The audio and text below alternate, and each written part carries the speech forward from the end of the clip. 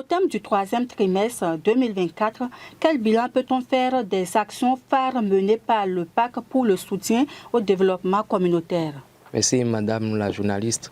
Pour répondre à votre question, je dirais qu'au cours du troisième trimestre de l'année 2024, la direction du Parc national de la Pendiari, en étroite collaboration avec ses partenaires, les communautés, a eu à organiser 40 réunions villageoises et pour sensibiliser les communautés riveraines sur certaines thématiques liées à la conservation du parc, notamment la gestion des conflits hommes-faunes, le mécanisme de gestion des plaintes et les dispositions légales en lien avec la gestion du parc.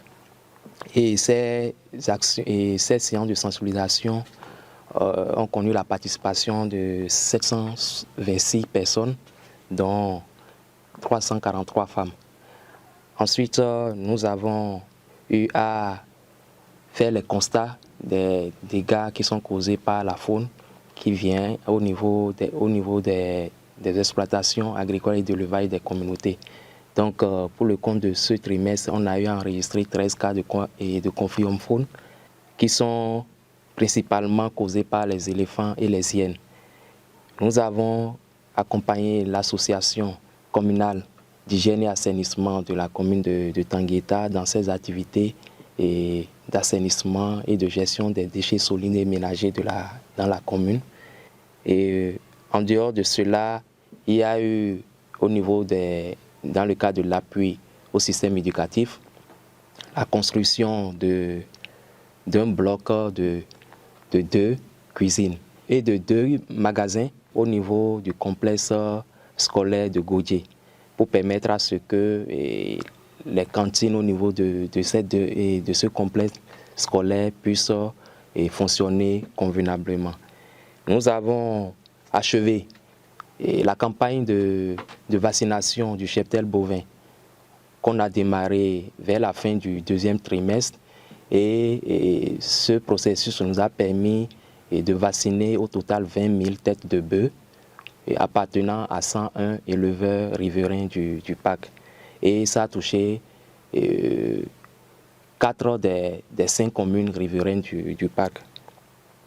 L'autre chose qui a été faite à l'endroit des éleveurs est la délimitation de 2 aires de pâturage vers la zone série, notamment à Gori et à Rufina. L'objectif, c'est de faire en sorte qu'on puisse avoir ces infrastructures pour réduire les conflits entre agriculteurs et éleveurs à la périphérie du parc. Nous avons consacré également le troisième trimestre à accompagner les coopératives que nous appuyons dans le processus de leur immatriculation pour leur reconnaissance officielle. Donc voilà globalement ce qui a été fait. Pour terminer, en termes de réalisation, il y a également les activités liées au développement de l'agriculture durable qui ont été menées à l'endroit des communautés et cela nous a permis de former par exemple 120 personnes sur les bonnes pratiques d'agriculture durable, notamment la fabrication et l'utilisation des biopesticides pour pouvoir lutter contre les ravageurs des cultures. Oui, merci M. Franck pour le point. Nous recevons aujourd'hui M. Nsera Parfait, président de l'Association communale d'hygiène et assainissement de Tangueta Achat. M. Parfait, que pouvons-nous retenir de l'achat et des principales activités qu'elle exécute? Merci Madame la journaliste. Je voudrais d'entrée dire que Achat, c'est l'association bien sûr communale d'hygiène et d'assainissement. Cette association a été mise en place par la commune sous l'appui du partenaire Enabel.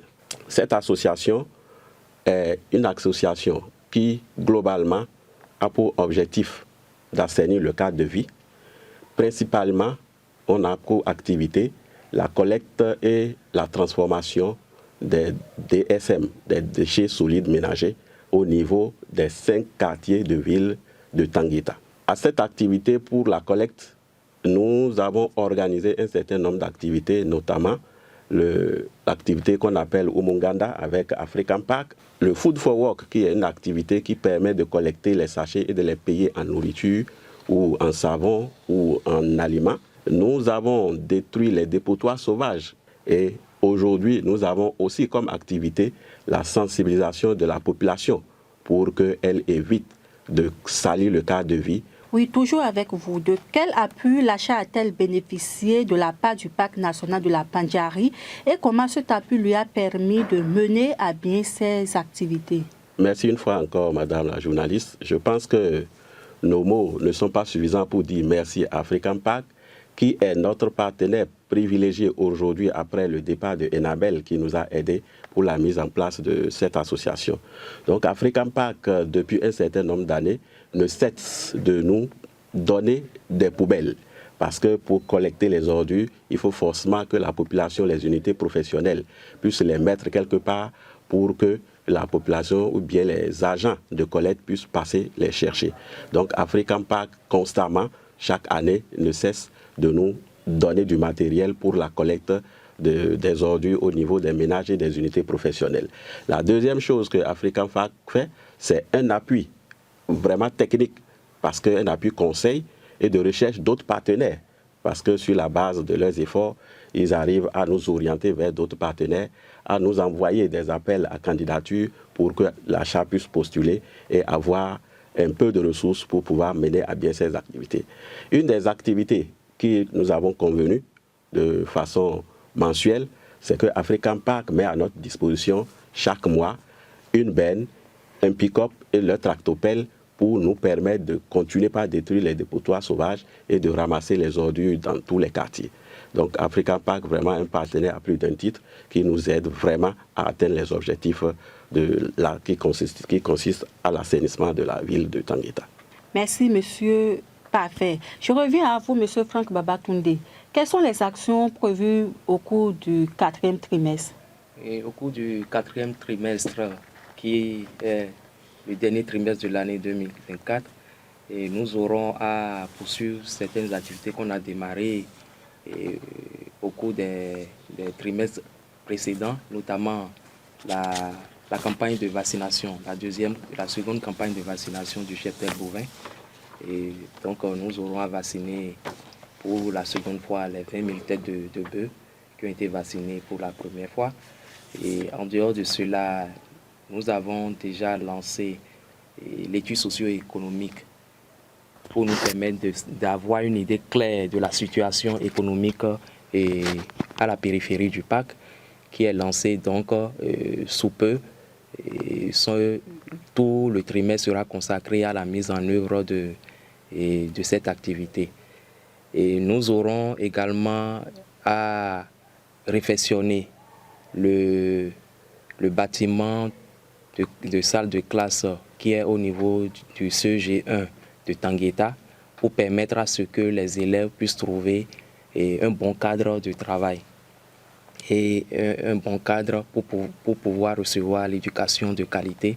Le trimestre sera aussi consacré à l'appui aux coopératives que nous accompagnons dans la finalisation du processus d'immatriculation. Parce que si une structure n'est pas reconnue, il lui serait difficile d'avoir accès aux partenaires, aux opportunités de financement pour pouvoir accroître sa productivité ou bien sa production. Nous aurons également à distribuer des kits scolaires aux orphelins et aux élèves orphelins qui se sont bien illustrés au cours de l'année passée en passant en classe supérieure avec des moyennes quand même intéressantes pour pouvoir les encourager et les maintenir dans le système éducatif.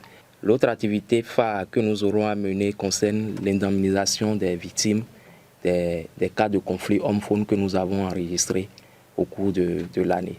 Donc on va procéder à une étude qui va déboucher à l'indemnisation des dégâts qu'on a observés lors des constats qui ont été enregistrés.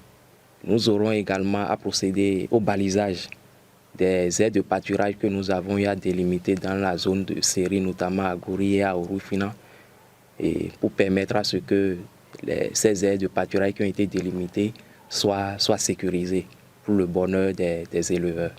Monsieur Pathé Nsera, quel message avez-vous à l'endroit de la population riveraine du parc pour sa conservation? Je pense que le message est de demander à la communauté d'aider African Park à conserver les ressources naturelles. Parce que c'est l'un des parcs les mieux protégés et le dernier refuge de la biodiversité au niveau de la sous-région. Donc c'est un grand joyau, un beau joyau que Dieu nous a offert et la population doit pouvoir aider à dénoncer ceux qui font les mauvaises pratiques. La population doit aider à protéger, à éviter de couper les espèces fauniques et les espèces floristiques. Une des recommandations aussi que je fais à l'endroit de la population, c'est de demander aux enfants qui aujourd'hui ne connaissent pas l'importance de la faune, de commencer par avoir cette sensibilisation pour que dès le bas âge, qu'on puisse connaître l'importance de la faune et de la flore.